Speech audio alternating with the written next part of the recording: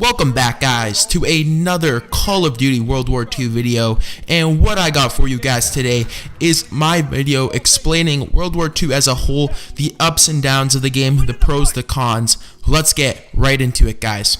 So first thing I want to start off with Call of Duty World War II, guys, is the event system and just the content area of the game, giving out more to the players and just giving us stuff to do pretty much every single day, earning supply drops throughout challenges and stuff like that, and not through luck through supply drops and wasting your own money, because of course we've known in the past that people have spent lots and lots of money on, for example, Black Ops 3 supply drop system, where you had to pay actual money to gain the supply drops, which is pretty much just pay to win a little bit. If you think about it, if the DLC weapons are pretty good, then you're pretty much just paying a lot of money to get a good weapon.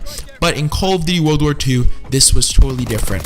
So let's get into the daily orders and the contracts. So every single day, of course, we had our daily orders. Every single week we had our weekly orders.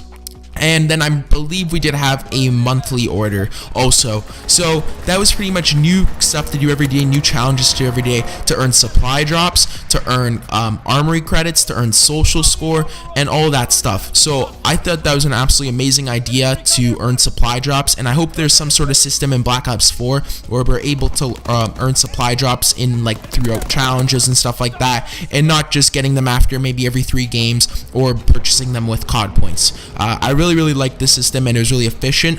Also, the same thing with the contracts. Of course, we know that you were able to purchase a contract with your armory credits, and then with that contract you were able to do a challenge, certain thing like get 25 SMG kills, get long shot 10 long shots, and you would get XP. So sometimes they would have like 3,000 XP if you finished your contract, which was absolutely amazing to level up. Honestly, I remember in the beginning of the game a lot of people were picking up those contracts because a lot of them were XP related, and they were just ripping through the levels, which was absolutely awesome, and it was really just a faster way to prestige, which a lot of people love that. So that was honestly really good, and you could also earn supply drops from them, and I'm not sure, I think you could earn your armory credits back also.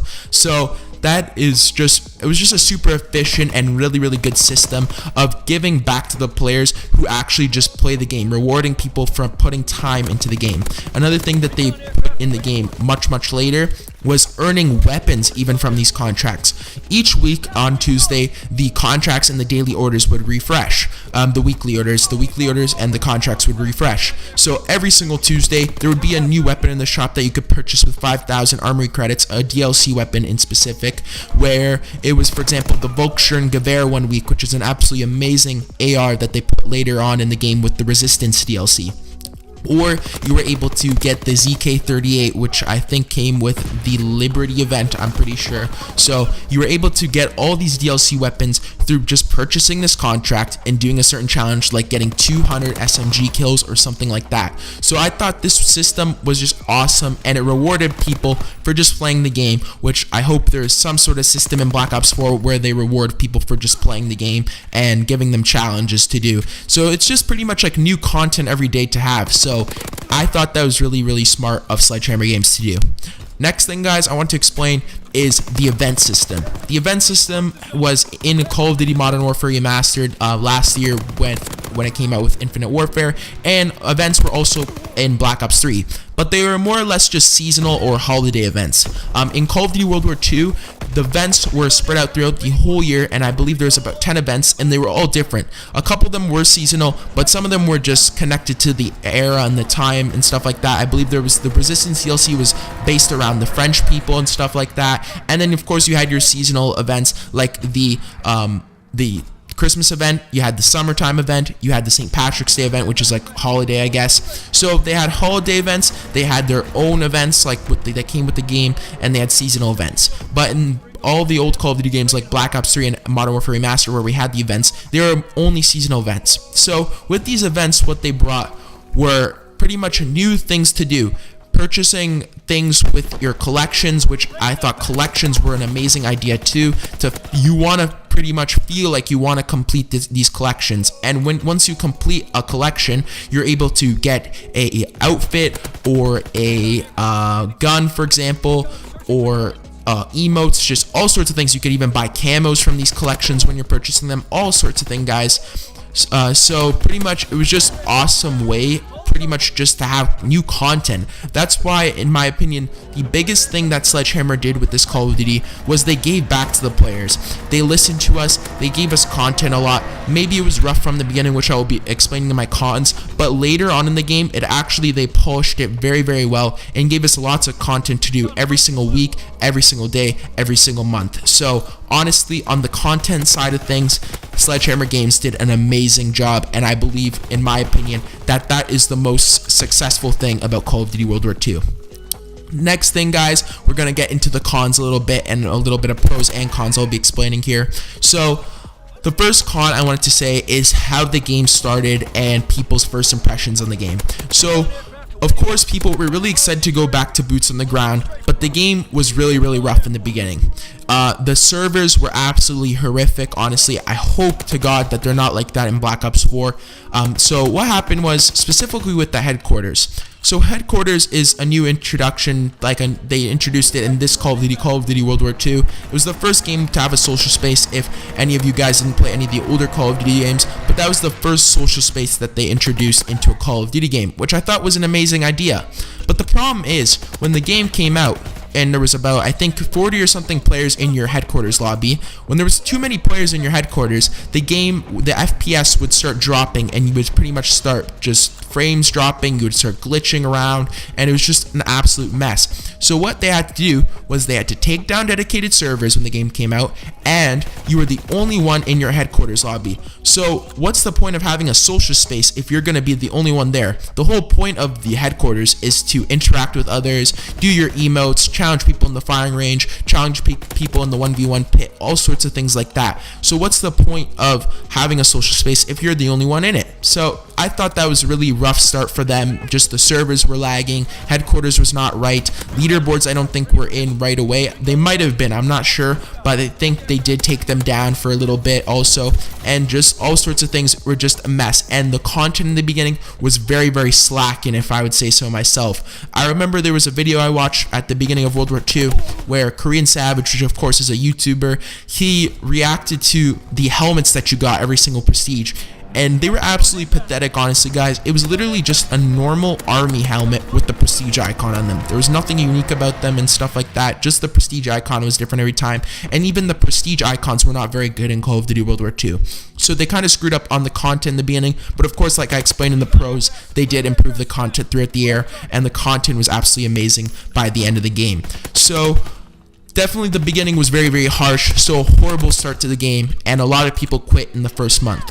So the next thing I want to talk about, guys, is maps. The maps in Call of Duty World War II were very lackluster. The game only came out with 8 maps, and then they added 2 throughout the year. We had that one map that was kind of like Nuketown. It was super small, and then of course they added Shipment 1944 later in the game. But the maps that came out with the game, the base 8 maps, there was only maybe 3 or 2 maps that I really liked. I liked London Docks, and I liked Ardennes Forest, and maybe a little bit Saint Marie du Mont. But London Docks and Ardennes Forest were the only 2 main maps that I really, really enjoyed playing, when I was like, oh, I'm happy to have this map in the rotation when I get it in Team Deathmatch. But all the other maps were pretty bad. One of the worst maps of all time was Gustav Cannon. That map was absolutely terrible. People always just camped on the Gustav. I mean, if you're on top of the Gustav, it's fun, but most of the time, when you don't get up there first, someone's just holding down that thing forever, and it's just a really boring map. It's super big, and all sorts of things like that. So a Call of Duty game should usually be coming out with 15 maps from launch, or 14 maps, but this game only came out with 8. So in my opinion, they really, really screwed up on that, on the content side also with the maps. And then lastly, I want to talk about guns. The weaponry in Call of Duty World War II, I would say also was pretty lackluster and pretty boring to use. A lot of guns, of course, in that era were single shot rifles and stuff like that, and just a lot of the weaponry back in World War II was very, very weak, you would say. And it was in a big selection also. But the thing is, they did switch that up later in the game, of course. They still stuck a little bit historically accurate with the DLC weapons, but a lot of them were just very, very different. I think all of the DLC weapons, most of them were fully automatic and stuff like that, and they definitely improved the weaponry throughout the year with the DLC weapons. But the base weapons that came with the game were very, very bad. I remember from the beginning, the bar was super OP, then they nerfed it again, and it became really terrible. The STG in the beta, I remember, was absolutely amazing, but then they nerfed it when the game came out. So the only pretty much good ARs later in the game were the bar and the STG, but they were still not fun to use because, of course, they got nerfed. So they were still pretty bad ARs. And the FG42 was really OP, and they nerfed that completely and made it absolute trash. So the weaponry in this game was very, very just boring to use, and I just felt like I was using the same gun pretty much every match, which was the PPSH when the game came out. So the weaponry was also very, very weak on Sledgehammer's end. But like I said, it started rough with the game. The content side, just the game in itself, was glitchy and laggy. But by the end of it, Sledgehammer Games did listen to us, and they just took in all of our kind of ideas and stuff like that, putting in more events into the game, giving us content, which I said they did the best on the content side. And I really, really hope that Treyarch in turn sees what Sledgehammer did with the content side, and they bring in that into their amazing game. And hopefully Black Ops 4 will be a better game. But this video is not about Black Ops 4. So what are my final opinions on Call of Duty World War II? In my opinion, Call of Duty World War II started very slow, but ended on a really, really high note with all the things that they put into the game throughout the year and just the improvements that they made throughout the whole year. So Sledgehammer Games honestly did not do the worst job ever. I mean, is it the best Call of Duty? Hell no, it's definitely not the best Call of Duty, but it is a good game. I would rather play this than like any other game, pretty much like Fortnite or something like that. And I just enjoyed Call of Duty World War II a bit. I mean, I didn't have as many days played, but I still enjoyed it. So my final verdict is I enjoyed Call of Duty World War II. I said it. I did hate on it a lot throughout the whole year. I remember making a video about how bad it was, but honestly, I like it. So guys, if you guys did enjoy my commentary here, my final review on Call of Duty World War II from the start to the end. Sorry about that, guys. But anyways, if you guys did enjoy that video, hit that subscribe button, hit that like button, and I will see you guys in Black Ops 4 tonight at midnight on my Twitch channel, twitch.tv/ViperPSN1. I'll see you guys there, and peace out, guys.